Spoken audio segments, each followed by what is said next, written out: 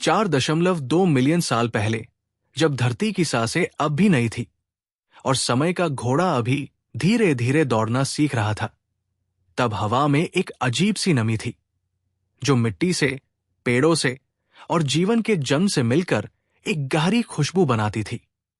उस युग में न शहर थे, न सभ्यता, न धर्म, बस जंगलों का साम्राज्य था और उनमें घूमती वो प्राणी जो आधे इंसान और आधे जानवर थे, जिनकी आंखों में बुद्धि की पहली किरणें झिलमिलाने लगी थी।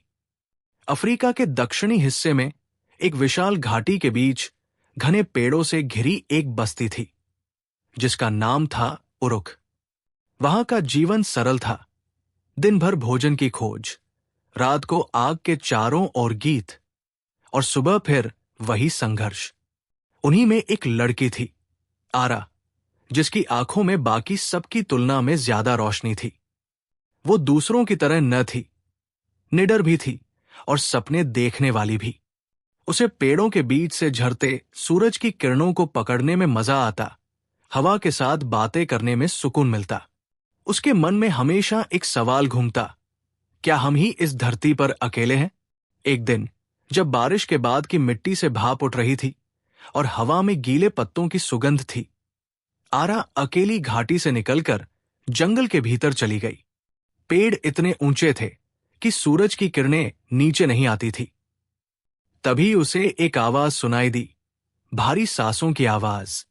उसने पलटकर देखा तो सामने एक विशाल काला गोरिल्ला खड़ा था। उसका शरीर ताकतवर था, लेकिन आंखें शांत थी, जैसे किसी बूढ़े साधु की। वो डर गई, पर गोरिल्ला ने बस धीरे से उसके सामने एक फल रख दिया और पीछे हट गया। आरा ने हैरानी से देखा और बिना कुछ बोले चली गई। अगले दिन वो फिर वहां गई और फिर वही दृश्य दोहराया गया। धीरे धीरे एक अनकहा रिश्ता बनने लगा। वो रोज जाती और वो गोरिल्ला, जिसका नाम उसने अपने मन में कोरोस रखा था, उसका इंतजार करता। दिन ब दिन दोनों के बीच की दूरी घटने लगी। वो आपस में बात नहीं कर सकते थे, पर आंखों में एक अजीब सी समझदारी थी। वो उसे फल देता और वो उसके घावों पर जड़ी बूटी लगाती। आरा को महसूस होने लगा कि कोरो सिर्फ एक जानवर नहीं, कुछ ज्यादा है। कोई जो उसे उस तरह समझ सकता है जैसे उसका अपना कबीला नहीं समझ पाया। कबीले के लोग अक्सर उसका मजाक उड़ाते थे, वो लड़की जो पेड़ों से बात करती है।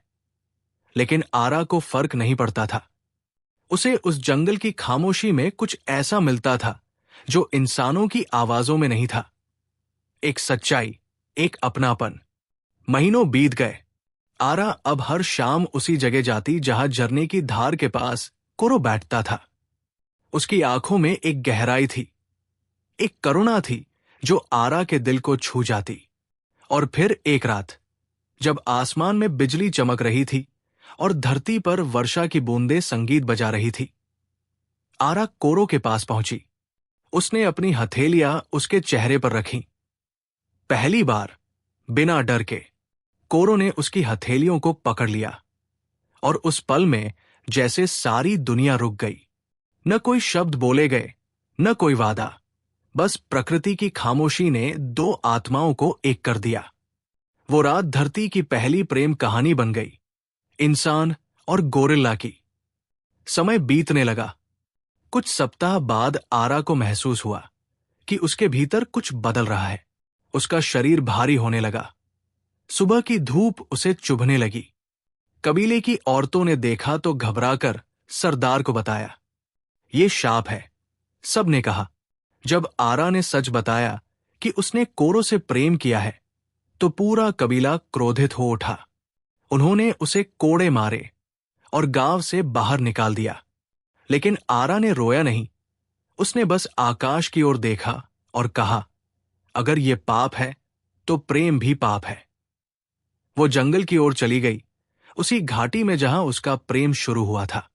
अब वहां केवल झरने की गूंज थी और हवा की सरसराहट। महीनों की तपस्या और तकलीफ के बाद एक पूर्णिमा की रात, जब चांद पूरे वैभव में था, आरा ने एक बच्चे को जन्म दिया। वो बच्चा किसी ने भी पहले नहीं देखा था। उसका चेहरा इंसान जैसा था, मगर उसकी आंखों में कोरो जैसी गहराई थी। आरा ने उसे अपने सीने से लगाते हुए कहा, तू दो दुनियाओं का पुल है, तू मेरी पहचान है। उसने उसका नाम रखा लुमार। वो बच्चे के साथ गुफा में रहने लगी और कोरो पास के जंगल से उसकी रक्षा करता। हर सुबह वो झरने के पास आता, दूर से आरा को देखता और फिर गायब हो जाता। आरा जानती थी कि वो वही है, उसकी नजर हर वक्त उन पर है। वक्त गुजरता गया, लुमार बड़ा हुआ, बोलना सीखा, हंसना सीखा। उसकी हंसी पूरे जंगल में गूंजती थी। कभी कभी आसमान में इंद्रधनुष बनता तो आरा कहती, देख, तेरे पिता हम पर मुस्कुरा रहे हैं। उसे उस गुफा से बाहर की दुनिया की कोई लालसा नहीं थी, क्योंकि उस गुफा में प्रेम की सबसे बड़ी सच्चाई बसती थी। सालों बाद लोगों ने उस जगह को प्रेम का गुप्त स्वर्ग कहना शुरू कर दिया, क्योंकि वहां से अजीब सी मीठी हवा आती थी जो दिल को शांति देती थी। वक्त बीतता गया, आरा बूढ़ी हो चुकी थी। उसके बाल सफेद और हाथ कांपते थे, लेकिन उसकी आंखों में वही पुरानी चमक थी। एक शाम जब सूरज ढल रहा था और आसमान लाल था, लुमार उसके पास बैठा था। आरा ने उसका हाथ थामा और धीमे से कहा, बेटे, अगर कभी कोई पूछे कि तुम कौन हो, तो कहना कि तुम प्रेम की संतान हो। मैंने तुम्हें डर में नहीं, प्रेम में जन्म दिया है। इतना कहकर उसने आसमान की ओर देखा, मानो किसी को ढूंढ रही हो। उसी क्षण जंगल की गहराई से कोरों की गर्जना गूंजी, धीमी, भारी, लेकिन दर्द से भरी हुई। आरा मुस्कुराई, उसकी आंखों में आंसू थे, और उसने धीरे से अपनी आंखें बंद कर ली। लुमार ने अपनी मां को गोद में लिया और आसमान की ओर देखा। हवा एकदम थम गई थी, झरने की आवाज मंद पड़ गई थी। उसने महसूस किया कि उसके चारों ओर कुछ बदल गया है, जैसे कोई आत्मा उसके पास आ खड़ी हो। उसने आंखें बंद की और पहली बार उस प्रेम को महसूस किया जो किसी भाषा, किसी रूप, किसी सीमा में नहीं बंधा था। वो प्रेम जो प्रकृति की गहराई से पैदा हुआ था। साल बीत गए, आरा की गुफा अब पवित्र स्थल बन चुकी थी। झरने की आवाज अब भी वैसी ही थी, लेकिन लोग कहते थे कि रात को वहां किसी स्त्री की हल्की आवाज सुनाई देती है, जो किसी बच्चे को लोरी गा रही होती है। कभी कभी जंगल में कोई गोरिल्ला दिखता जिसकी आंखों में इंसानी दर्द झलकता, और कोई इंसान दिखता जिसकी आत्मा में जंगल की शांति बसी होती। शायद वही प्रेम था जिसने इंसान और प्रकृति के बीच पुल बनाया, जो अब तक जीवित है। आज भी जब हवा रेगिस्तान या जंगल से गुजरती है, तो उसमें वो हल्की सी सुगंध होती है जो प्रेम और त्याग की कहानी कहती है। कहते हैं, जहां कभी आरा और कोरो रहते थे, वहां अब भी एक गुफा है। उसके भीतर एक चट्टान पर दो हाथों के निशान हैं, एक छोटा, एक बड़ा, और उनके बीच उकेरा है एक शब्द, प्रेम।